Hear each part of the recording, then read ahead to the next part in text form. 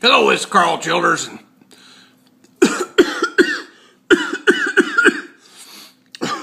I'm sorry. I think I picked up something in Tampa. I'm going to have to talk quiet. I'm on an airplane and I'm sick. I think these people get mad at me if I talk very loud.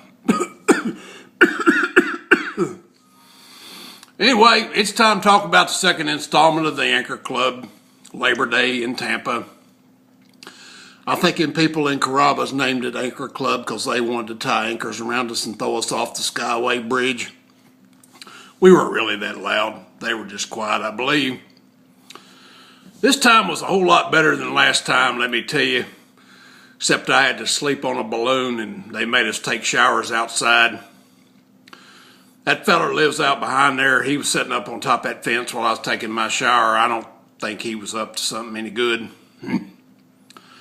And that William, he come in there and said, "Get up, boys. We're going to the movies. We got to go. We're leaving in 8.5 minutes. We didn't even have time to get ready proper." I bet that's kind of like when he walks into the bedroom and says, "Kathy, get ready. We're going to make love in 10 minutes. She just looks at him and says, "That should be fine, babe. I got a conference call in 12 minutes. Anyway, we went to the movies. We saw something called the Ebola Diaries. It was rated L for you be lucky if you don't get the crap beat out of you in this place. That William, he talked mean to that woman. I felt sorry for her. I bet he tries to screw people out of money for a living. And that Tim, he tried to run over a big black woman. He bounced off of her faster than a job would have. Then he started making out with her. I sure hope they don't have a kid. It'll weigh 400 pounds and it rap white music from the 80s. That Tim, he's kind of like a cross between Alex Trebek and Casey Kasem. He's my friend, though. We're going camping sometime. Then we ate something called arroz con pollo. I believe that's Cuban, for it takes 7 hours and 4 bottles of wine to cook a chicken leg. And I tell you, after that, we went on these little plastic boats. Let me tell you, we took these boats through the woods. There was about 4 inches of water on the ground. I don't believe that's a good idea.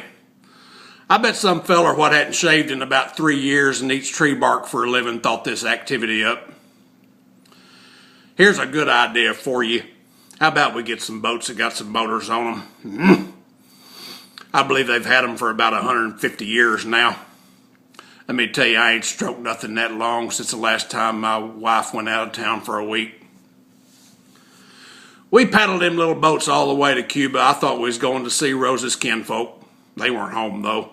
And let me tell you something, that trip back, it was hard. We paddled through something called a mangrove. They elected Captain Obvious Bob White to guide us through these little tunnels. He'd say, "Got to turn right here, got to turn left here." Like we couldn't have figured that out.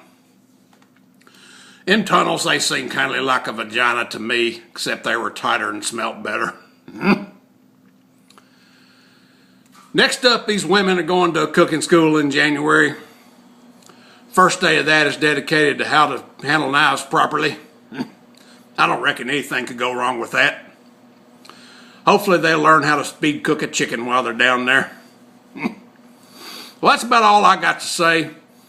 I kind of thought about saying something about what Nina said about talking in her phone, but I'd just soon keep as PG as possible, so we'll save that to next time. Y'all take care now.